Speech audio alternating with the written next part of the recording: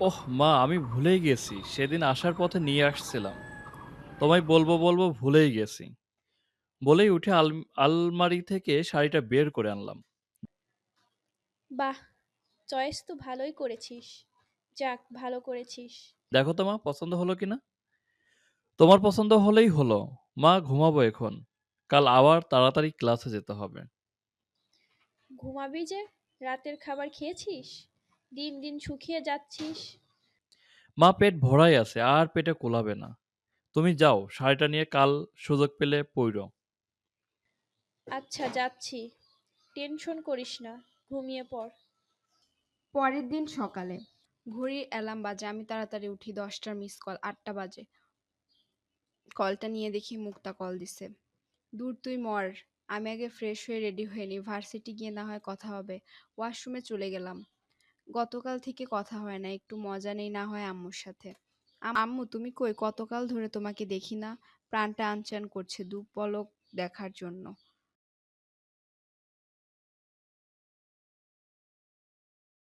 আমি জ্ঞান হারাবো, মরেই যাব যদি তুমি আমার কথা সাড়া না দাও। কি হয়েছে? এত সকাল সকাল চিল্লাচ্ছিস কেন? আল্লাহর নাম তো নিতে পারিস নাকি? সকাল সকাল আল্লাহর বান্দা গান শুরু হয়ে যায়। উফ, আর পারি না এদের নিয়ে। হয়েছে হয়েছে, এবার তফ যাও। রেডি হয়ে আম্মুর কাছে গেলাম। মা, আজ খাওয়া হবে না, দেরি হয়ে যাচ্ছে। মুক্তা হয়তো ওয়েট করছে। এই জন্যই তো বলি, এত রং তামাশা করছে কেন? খেয়ে যা, নয়তো রোগে ধরবে। এবার রোগে ধরলে আর ওষুধ আনবো না, বিছানায় ফেলে রাখবো। বের হতে হতে আচ্ছা রাইখো, পরে নিজেই কান্নাকাটি করবা। যাই এখন, বাই আম্মু। বলে বাসা থেকে বের হতেই দেখি রিক্সা যাচ্ছে। উঠে গেলাম। আজ মনটা অনেক ফুরফুরে, ভালোই লাগছে। মন ভালো থাকা মানে সব ভালো থাকা। বাট জানতাম না কত বড় শখ আমার জন্য ওয়েট করতেছে।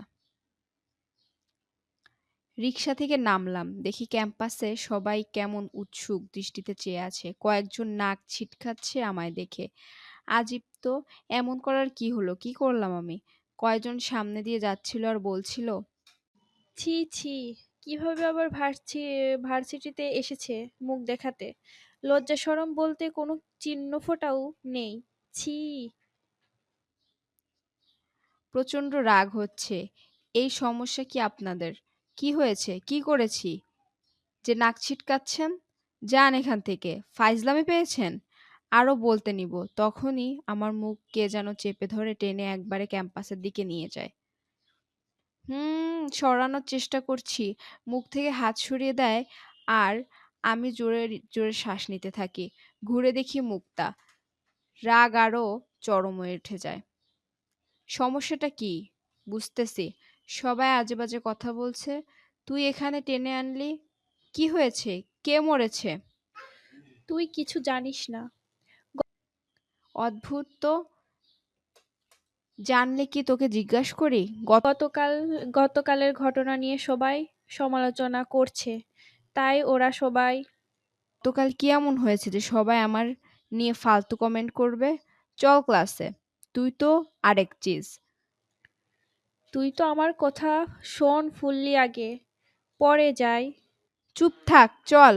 সিঁড়ি দিয়ে উপরে উঠছি তখন মায়ের সাথে সিঁড়ি দিয়ে উপরে উঠছি তখন ম্যামের সাথে দেখা। আমাকে দেখে মনে হয় ভূত দেখার মতো চমকে ওঠে আর একরাশ বিরক্ত নিয়ে বলে, ছি ঝিনুক, তোমার দ্বারা এমন জঘন্য কাজ হবে আমি আশা করিনি। এত নীচ স্বভাবের মেয়ে তুমি, অবশেষে স্যারের সাথে প্রেম লীলায় জড়িয়ে পড়লে। ম্যামের মুখে এমন কথা শুনে আর নিজেকে আটকাতে পারিনি। চোখ দিয়ে অজান্তেই পানি পড়তে থাকে। ম্যাম, আপনি হয়তো ভুলে শুনছেন।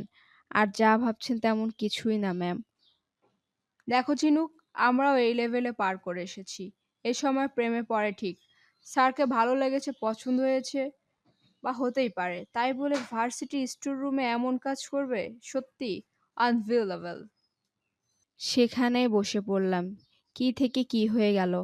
বাবা কত স্বপ্ন ইচ্ছে ছিল যেন জীবনে কিছু করতে পারি। আর আমি কি করলাম? ছি!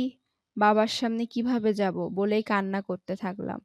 মুক্তার দিকে চেয়ে বললাম, তুইও কি আমায় ভুল বুঝবি?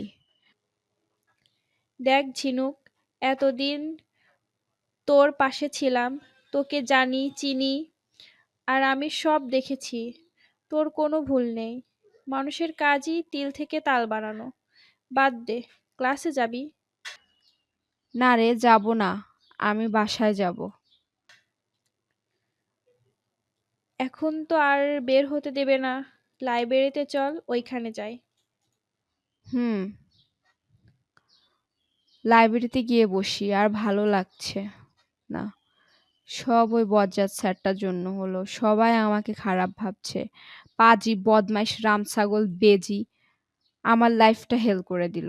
আমি কি দোষ ছিল? বলেই ম্যাম চলে গেল। এদিকে জিহাদ ভার্সিটিতে ঢুকে দেখে কেমন যেন সবাই হাসাহাসি করছে তার দিকে তাকিয়ে। সে তেমন কিছু না ভেবে অফিস রুমে চলে যায়। অফিস রুমে গিয়ে বসতে না বসতেই পিয়ন এসে বলে,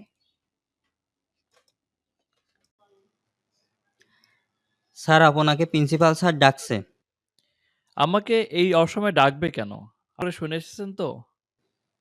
জি স্যার, আপনাকেই ডাকছে। হ্যাঁ, আসছি, আপনি যান বলে স্যার রুমে গেলাম। স্যার আসবো? হ্যাঁ, আসো। ওকে বলো ভিতরে গেলাম। দাঁড়িয়ে আছো কেন? বসো। স্যার কি বলবেন যেন? ও তোমার সাথে ঝিনুকের কি সম্পর্ক? তোমার সাথে ঝিনুকের এসব কি শুনছি? এগুলো কি সত্যি?